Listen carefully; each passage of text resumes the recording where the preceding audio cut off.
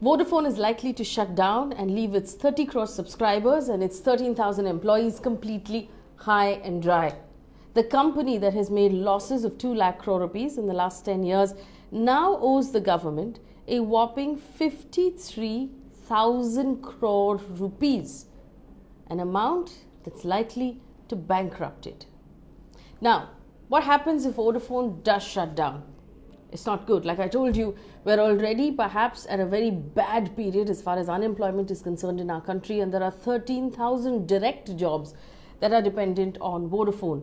Of course, 30 crore subscribers will have to figure out where to go in what will be a duopoly, leaving only two players, Bharti Airtel and Reliance Jio, to man the entire telecom system, which means you won't have too many choices.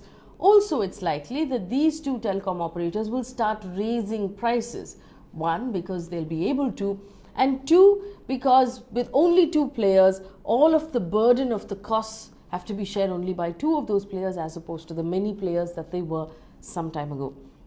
It's not a good sign also for the Indian economy or for India as an investment destination, because as you know, Vodafone in the UK had said it's not going to spend one more rupee in investment in the telecom sector in India because it believes that the government is managing it badly.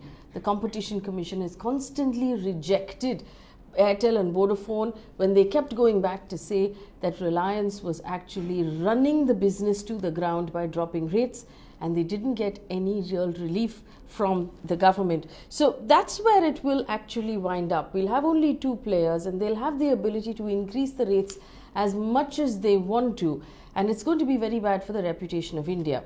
I want to tell you how we got to this point. How we got to a point where telecom, if you'll remember, many years ago, was this big sector where everybody wanted to get in and everybody wanted to make money, and it was going to be the sector that sort of took India into this digital world. How do we get to a point where these companies are going bankrupt? Well, back in 1999, India used to be a country that actually charged a very heavy license fee to buy spectrum and to use spectrum and to run a telecom company. It shifted from that into a sort of revenue share where you use the spectrum and you give the government a share of all of the money that you make in revenue. But at that time, the government hadn't specified how it wanted to calculate that revenue really in order to decide what its share was. TRAI later said that they wanted a share, the government wanted a share of gross revenue, which is all kinds of revenue, not just the money that you've made from using the spectrum. Well, the telecom companies and TRAI at that point disputed a great deal, and it went to court in 2003. That lasted for 14 years. And in October last year, the Supreme Court decided that it wanted these companies to pay up based on the government's calculation. So the Supreme Court decided that these companies have lost their case. Post that, they went back and appealed multiple times, and all of those appeals were rejected.